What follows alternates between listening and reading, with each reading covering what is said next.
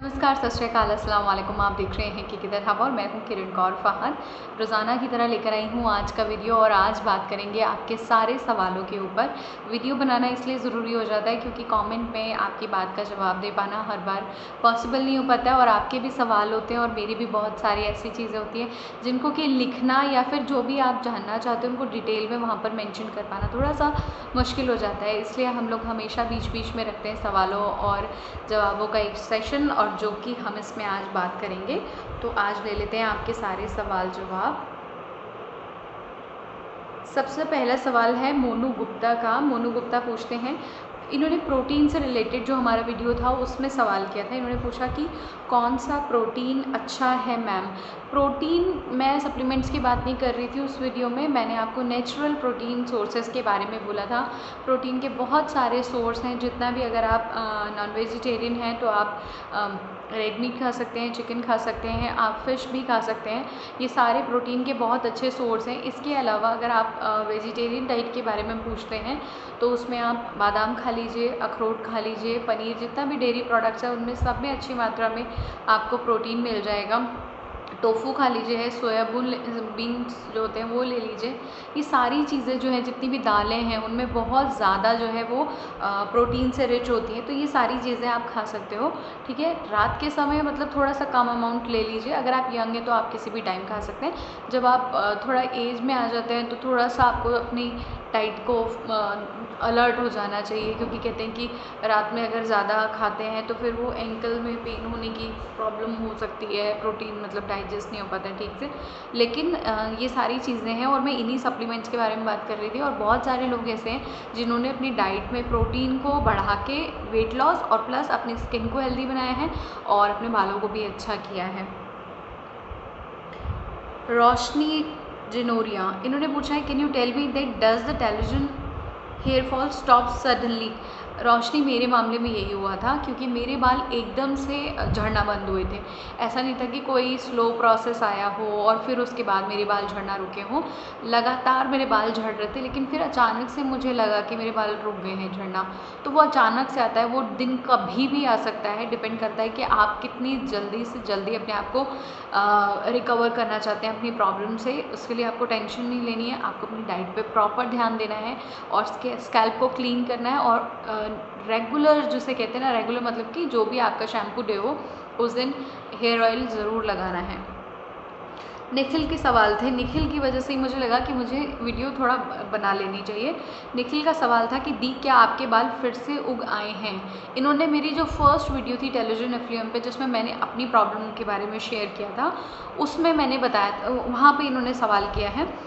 तो हाँ, मेरे बाल फिर से आ चुके हैं, आप देख सकते हो मेरे पूरे बाल वापस आ चुके हैं, लेकिन बालों में अब वो बात नहीं रही है। आप देख सकते हो कि यहाँ से जो है बाल मेरे नेचुरली स्ट्रेट हैं, लेकिन कुछ कुछ चेंजेस आए हैं। लाइक मैं आपको दिखाती हूँ, ये देखिए, ये मेरे बाल आप आगे के देख रहे हो, ये बाल मुझे नहीं समझ में आते कि ये ऐसे क्यों हो गए हैं। ये पता नहीं, ये मतलब ये स्ट्रेट नहीं रहे, ठीक है। बाकी बाल स्ट्रेट है, आप देख सकते हो। मैंने कोई इसमें वो नहीं लगाया हुआ कि मैंने वो फेरा हो, मतलब स्ट्रेट किया हो इनको या कुछ भी ऐसा। तो ये बाल जो है ना, एक तो ये बाल थोड़े से कर्ली हुए हैं, एक चीज़ ये। दूसरा, ये इस तरीके के जो बाल है ना, ये रहते हैं, मतलब थोड़ा सा ड्राइनेस तो आई है, नो डाउट, इसमें मैं मना नहीं कर रही हूँ। और इसके अलावा एक जो चीज़ हुई है कि जब मेरे बाल बहुत गंदे हो जाते हैं, गंदे मतलब कि 2-3 दिन में ही ना, इस एरिया में सिर्फ इतना हिस्सा जो है, ये एरिया बहुत जल्दी गंदा होता है बाकी बालों के कंपैरिजन में। हो सकता है कि मैं एक्सरसाइज करती हूँ तो पसीना इस हिस्से में ज़्यादा आता हो, या फिर जैसे मुंह वगैरह धोते हैं तो यहीं पे जो है कई बार साबुन का पानी इधर ही चलता है, तो शायद ये वजह हो, ऐसा मुझे लगता है। अच्छा, निखिल ने अपने जवाब दिया था इसमें कि मेरे साथ ऐसा पिछले दिसंबर से स्टार्ट हुआ था, तो मुझे पता नहीं है कि मुझे टेलोजन एफ्लेम हो रहा है या एलोपेशिया। देखो, एक चीज़ ये समझिए कि मेरे पास आपकी मेडिकल हिस्ट्री नहीं है कि आपको हुआ क्या था। लाइक आपको टाइफाइड हुआ था, आपको डेंगू हुआ था, आपको चिकनगुनिया हुआ था, आपका कोई ऑपरेशन हुआ है, आपको कोई एक्सीडेंट हुआ है आपके साथ, या फिर कोई और मिसहैपनिंग हुई है आपके साथ, तो मुझे वो सब चीज़ें नहीं मालूम है। तो मैं ये नहीं कह सकती हूँ कि आपको दिसंबर से ये दिक्कत एक्चुअली शुरू क्यों हुई, है ना। अगर आपको कुछ भी ऐसे कारण हुए हैं और उसके बाद आपका हेयर फॉल शुरू हुआ है, तो मैं यही सजेस्ट करूँगी कि आप जो है एक बार अपने डॉक्टर को ज़रूर दिखाइए, ताकि वो आपको एग्ज़ामिन कर सकें कि आपको टेलोजन है या फिर आपको एलोपेशिया हो रहा है, और फिर उसी के हिसाब से वो आपको दवा देंगे जो भी उनको लगता होगा, और हो सकता है वो आपको और बेहतर अच्छी डाइट के बारे में बताएं। तो प्लीज़ आप एक बार डॉक्टर से ज़रूर मिलिए, कि ये मत सोचिए कि वो मुझे क्या बताएगा, दवाएं सूट नहीं करती हैं। दिखाना चाहिए, बॉडी टू बॉडी डिफरेंट होती है, मेरी बॉडी अलग है, आपकी बॉडी अलग होगी, किसी तीसरे की बॉडी और भी अलग होगी, है ना, क्योंकि हमारी बॉडी का मैकेनिज़्म डिफरेंट है। डिफरेंट से मेरा मतलब है कि जैसे मान लीजिए कि मेरी इम्यूनिटी जल्दी नहीं कमज़ोर है, आपकी इम्यूनिटी बहुत अच्छी होगी तो आप जल्दी रिकवर कर जाओगे। तो डॉक्टर उस हिसाब से आपको एग्जामिन करेंगे। निखिल ने मुझसे यही कहा था कि क्या आप बता सकते हैं, but I don't think that I have alopecia. तो मैंने उनसे ये पूछा था कि आपकी मेडिकल हिस्ट्री क्या रही है, फिर उसके बाद उनका कोई जवाब नहीं आया है। इसीलिए निखिल मैं आपको यही बोलना चाहूँगी कि आप एक बार डॉक्टर के पास रहिए, डॉक्टर आपको जो सजेस्ट करेंगे उसके हिसाब से आप देखें कि आपको क्या करना है। वो आपको एक राइट डायरेक्शन तो देंगे, एटलीस्ट आपको ये तो पता चलेगा कि आपको एलोपेशिया हो गया या आपको टी हो गया, कुछ तो क्लियर हो, देन आप कुछ फाइंड आउट करोगे ना। देखो सबसे पहली चीज़ क्या है, सबसे पहली मुसीबत तो ये है कि पता तो चले कि हुआ क्या है। जैसे मैं जब डेंगू में हो गई थी और मुझे उसके बाद ये दिक्कत होनी शुरू हुई थी, तो मेरे को समझ ही नहीं आ रहा था कि है क्या, ये क्या भला है। मैंने पहली बार अपनी अनलिमिटेड सर्च से ये जाना था कि मुझे टेलोजन एफ्लुएम हो रहा है, और उसके बाद जब मैं और तमाम रिसर्च करती चली गई तब मुझे ये समझ में आया कि टेलोजन एफ्लुएम कोई बहुत बड़ी दिक्कत नहीं है, लेकिन जिसके साथ गुजरती है वो डीप डिप्रेशन में आ जाता है। बट अच्छी बात यह है कि टेलोजन एफ्लुएम ठीक हो जाता है, तो सबसे अच्छी बात यह है। तो आपको जैसे ये पता चलेगा कि हाँ यार मेरे को टेलोजन एफ्लुएम है, आपकी आधी परेशानी वहीं दूर हो जाएगी। इसलिए थोड़ा सा है डॉक्टर के पास चले जाइए। फिर मुझसे फ़िरोज़ शेख ने फ़िरोज़ शेख ने बहुत अच्छी बात बताई जो ज़रूर आप लोगों से डिस्कस करनी चाहिए। फ़िरोज़ शेख लिखते हैं, मैडम ये पिक्चर, ये एलिफ सीड्स के बारे में बात कर रहे हैं, जिसमें कि रुजुता दिवाकर ने अपनी जो उनकी टीम मेंबर हैं छवि, अपने उनके ब्रदर के साथ फ़ोटो डाली थी इंस्टाग्राम पे, और बताया था कि एलिफ सीड्स की वजह से जो है उनके ब्रदर का बाल वापस आए हैं।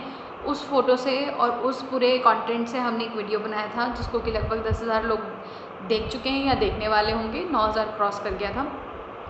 उस पर फ़िरोज़ लिखते हैं कि मैडम ये पिक्चर को आप जूम करके देखोगे तो पता चलेगा कि माइक्रोफाइबर्स यूज़ किए गए हैं टू कवर बाल्डिंग। ओके, मैंने रुजुता दिवाकर को चैलेंज किया है उनके FB अकाउंट पे और वो चुप हैं। बाल्डिंग के लिए फ़िलहाल एक ही तरीका है, वो है FUE FUT, और बहुत ही जल्दी से इस शी इज़ डू का RCH01 लॉन्च होगा।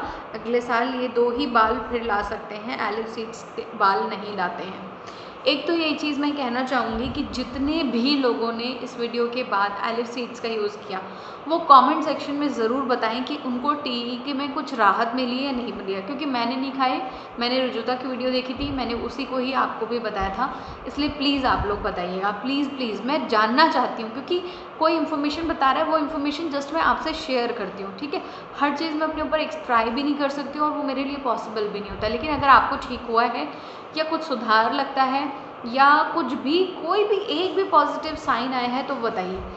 फ़िरोज़ का ये मैसेज मेरे पास कल आया था, मैंने फ़िरोज़ को कहा था कि थैंक्स कि आपने हमसे ये अपनी बात डिस्कस करी। और इसके अलावा मैं एक चीज़ बताऊं आपको कि ये कह रहे थे कि इन्होंने कवर किया हुआ है, अगर आप जूम करके देखें तो आपको पता चलेगा। तो मैंने उस उस फ़ोटो को जूम करके देखा, बट मुझे एज सच लगा नहीं कि उन्होंने कुछ ऐसा कवर किया हुआ है। लेकिन फिर मैंने जो छवि हैं जो कि जिनके की ब्रदर को ठीक हुआ था, उनका अकाउंट जाके चेक किया तो मल्टीपल क्वेश्चंस हैं उनके अकाउंट में, जिनमें लोग पूछ रहे हैं कि कैसे करना है, कब खाना है, कितना खाना है, रोस्ट कर सकते हैं कि नहीं कर सकते हैं, हमें दूध से एलर्जी है। उन सब चीज़ों का कोई जवाब वहाँ पर नहीं दिया गया है। सेम थिंग जब मैं रुजुता के फेसबुक अकाउंट पे गई तो भी उन्होंने बहुत सारी चीज़ों को, लोगों ने बहुत सवाल पूछे हुए थे, बट उनमें से किसी भी सवाल का वहाँ पर जवाब नहीं था। अब बात ये आती है कि ठीक है, वो एक न्यूट्रिशन एक्सपर्ट हैं, उन्होंने एक चीज़ बताई है, हम उनके ऊपर सवाल नहीं खड़े कर रहे। मतलब मैं पर्सनली, आप लोग खड़े कर सकते हो क्योंकि आपको एक प्रॉब्लम है, और अगर कोई ऐसे दावा कर रहा है तो फिर वो उस दावे की पुष्टि करे। तो अगर कुछ चीज़ ऐसी पता चली है तो मुझे लगता है कि नेचुरल रेमेडी है, कोई ऐसा नुकसान तो कर नहीं रही है, और ना ही किसी पर्टिकुलर ब्रांड के बारे में वो कह रही है कि ये ब्रांड खा लो, वो ब्रांड खा लो, ये तो नॉर्मल सी चीज़ है। तो किसी का नुकसान तो वो कर नहीं रही हैं। तो अगर किसी को खा के फ़ायदा हो जा रहा है बालों बिना से किसी और चीज़ में सही, तो देख लिया जाता है। इसीलिए मैं आप लोगों से कह रही हूँ कि आप जो है, अगर आपको किसी को भी फ़र्क पड़ा हो तो प्लीज़ हमें कमेंट सेक्शन में ज़रूर बताइएगा। और फ़िरोज़ की बात का भी मैं बिल्कुल रिस्पेक्ट करती हूँ। आगे चल के और कोशिश करेंगी कि पता चले कि हाँ भाई ये काम भी करता है कि नहीं करता है, क्योंकि बहुत सारी तमाम रेमेडी, जैसे मुझे लगता है कि बहुत मल्टीपल तरीके से कहीं पे भी आप नेट में उठा के पढ़ लो तो कहते हैं कि बेकिंग सोडा से ये साफ़ हो जाता है, बेकिंग सोडा से वो साफ़ हो जाता है, बेकिंग सोडा से गैस स्टोव साफ़ हो जाता है, उससे बाथरूम की टाइल साफ़ हो जाती है, उससे कोई भी सरफेस साफ़ हो जाता है। आज तक कुछ साफ़ नहीं हुआ है मेरा, कुछ भी नहीं, बकवास, बहुत ही बोगस रेमेडी लगती है मुझे। नुपुर सिंह पूछती है हेयर रीग्रोथ के लिए मॉर्निंग में इसे ले सकते हैं। इन्होंने एलिव सीड्स के बारे में पूछा है। एलिव सीड्स आप कभी भी ले सकते हो डियर। हाँ, इनका नाम ही अलग है। स्वीटू राजीव बर्धन, इन्होंने पूछा है मैं जब भी काम करती हूँ तभी मेरे 100 बाल टूटते हैं वाइट बल्ब के साथ, क्या ये नॉर्मल है? 100 थोड़ा सा ज़्यादा हो रहा है, तो आप एक बार जो है डॉक्टर को दिखा लीजिए, या फिर अपनी मेडिकल हिस्ट्री देखिए कि कहाँ पे प्रॉब्लम आ रही है। कहीं बॉडी में न्यूट्रिशन तो कम नहीं हो रहा है, स्किन बहुत ड्राई तो नहीं हो रही है, कहीं आपको चक्कर तो नहीं आते हैं। इन सब चीज़ों को एग्जामिन कीजिए, और हो सकता है कि कोई न्यूट्रिशन वैल्यू कम हो रही हो बॉडी में, तो आपको उसके ज़रिए अपने बालों को खोना पड़ रहा हो, तो एक बार अपनी डॉक्टर से कंसल्ट किया जा सकता है, बिकॉज 100 तो ज़्यादा है, 100 नहीं करने चाहिए। फिर रवीश अली जी ने पूछा है मैम क्या आपको डर्मेटोलॉजिस्ट से आराम लगा या होम रेमेडीज से, प्लीज़ आंसर मी। मैंने जब मुझे ये हुआ था तो मेरा ट्रीटमेंट तो जब मुझे डेंगू हुआ था तो मैं हॉस्पिटलाइज थी, तो मेरा पूरा ट्रीटमेंट एलोपैथी का चला था। लेकिन जब बाल झड़ने शुरू हुए थे तो मैं होम्योपैथी के ट्रीटमेंट में चली गई थी। मैं होम्योपैथी ही ट्रीटमेंट लेती हूँ किसी भी चीज़ के लिए। लाइक अभी आपने देखा होगा, मैं आपको हमेशा कह रही थी कि मेरे बहुत ज़्यादा दाने हो रहे हैं, मेरे बहुत ज़्यादा पिंपल्स निकलते हैं, वो बहुत पेनफुल होते हैं। तो पता है अभी मैंने कुछ दिनों पहले से ही होम्योपैथी ट्रीटमेंट चालू किया था और मेरे ठीक हो गए, बस स्कार्स रह गए, ये भी थोड़े दिनों में ठीक हो जाएंगे। मैंने थोड़ी सी लापरवाही बरती, दवाई कम खाई तो उससे, लेकिन मैं हमेशा एलोपैथी की जगह होम्योपैथी प्रेफर करती हूँ। और मुझे मेरे डॉक्टर ने बोल दिया था कि टाइम लगेगा, बट मेरे ही सब्र नहीं आता। तब तो आप इतने डिप्रेशन में होते ना, आपको लगता है यार कुछ हो जाए, किसी तरीके से पता चल जाए, कुछ ऐसा आपके साथ हो जाए कि आपके बाल ठीक हो जाएं, आप उस डिलेमा से निकल जाएं। तो वही मैं चाहती थी। तो मैं लगातार जो है वो एक्सपेरिमेंट कर रही थी, चीज़ों को ढूंढ रही थी, नेट पर रिसर्च कर रही थी, लोगों से मिल रही थी ताकि मुझे कोई ऐसी रेमेडी बता दे। तो मुझे ये नहीं पता कि मुझे किस चीज़ से ठीक हुआ, लेकिन मैंने मैम की दवाई 2 महीने से ज़्यादा नहीं खाई थी। हेलो, मेरी जो होम्योपैथी डॉक्टर हैं वो लेडी हैं, नमिता राजवंशी जी हैं, वो जयपुर में। तो उनकी दवाई मैंने 2 महीने से ज़्यादा नहीं खाई थी, बट उन्होंने मुझे साफ बोला था कि जल्दी ठीक नहीं होगा। उन्होंने बोल दिया था कि वक्त लगेगा। और लेकिन मैंने अपनी स्कैल्प को ज़्यादा से ज़्यादा क्लीन रखा था मैंने, क्योंकि मुझे ना यहाँ पे बहुत चिपचिपा महसूस होता था।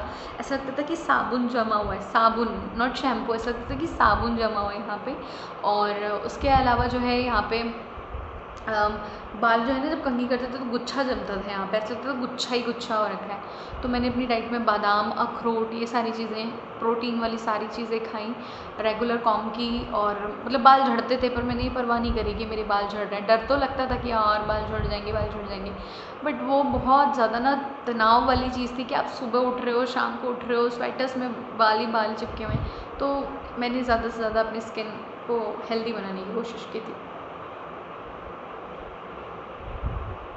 रवीश अली लिखते हैं मैम प्लीज़ मुझे सजेस्ट कीजिए, मेरे बाल 1 ईयर से बहुत झड़ रहे हैं, पता तो कीजिए कि आपको हुआ क्या है, तभी तो कुछ सजेशन मिलेगा। रवि जी, एक बार एग्जामिन कीजिए, डॉक्टर से सजेशन लीजिए, अगर आपको कुछ इस तरीके की प्रॉब्लम होती है तो सजेशन दिया जाएगा।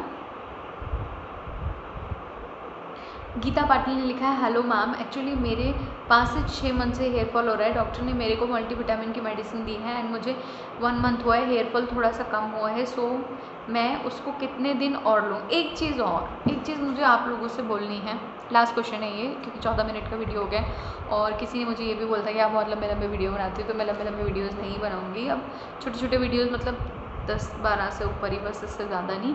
तो हाँ, मैं ये आपको बताना चाह रही थी कि आप ये सोचिए कि क्या आपके बाल 1 इंच बता रही हूँ, 1 इंच पूछ रही हूँ, क्या 1 इंच भी बड़े हैं कभी 1 महीने में? इसका जवाब शायद यही होगा कि नहीं, है ना? आप यही तो बोलोगे कि नहीं ऐसा नहीं हुआ है।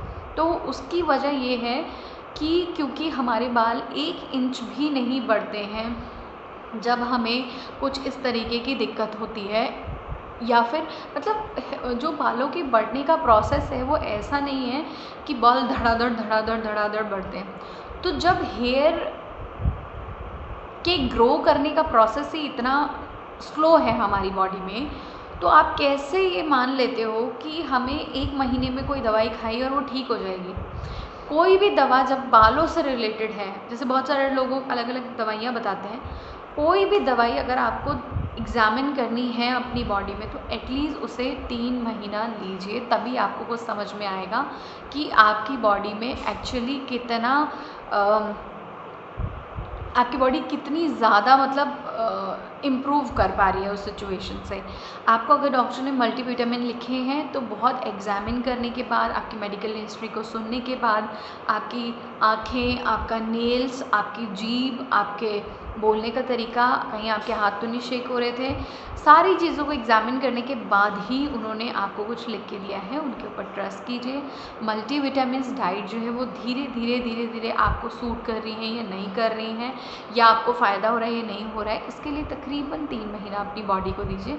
हो सकता है डॉक्टर ने भी आपको यही टाइमिंग दी हो, क्योंकि बालों के मामले में थोड़ा सा वक्त लगता है। बाकी जैसे और कोई चीज़ें होती हैं तो उनके लिए ड्रग्स अलग तरीके से बनती हैं, लेकिन बालों को थोड़ा टाइम लगता है, क्योंकि हमारे बाल भी तो ऐसे ही है ना कि जब कभी आपने देखा है कि आपके बाल 1 महीने में इतने और अगले महीने में इतने हो जाए? नहीं होते ना, उनको थोड़ा टाइम लगता है। साल भर में कहीं जाके अगर बाल इतने हैं तो वो इतने होते हैं, साल भर में मैं बता रही हूँ, साल भर। तो जब साल भर का प्रोसेस में इतने बाल होते हैं तो कैसे एकदम से इम्प्रूवमेंट पता चल जाएगा? बस ये ध्यान रखिए।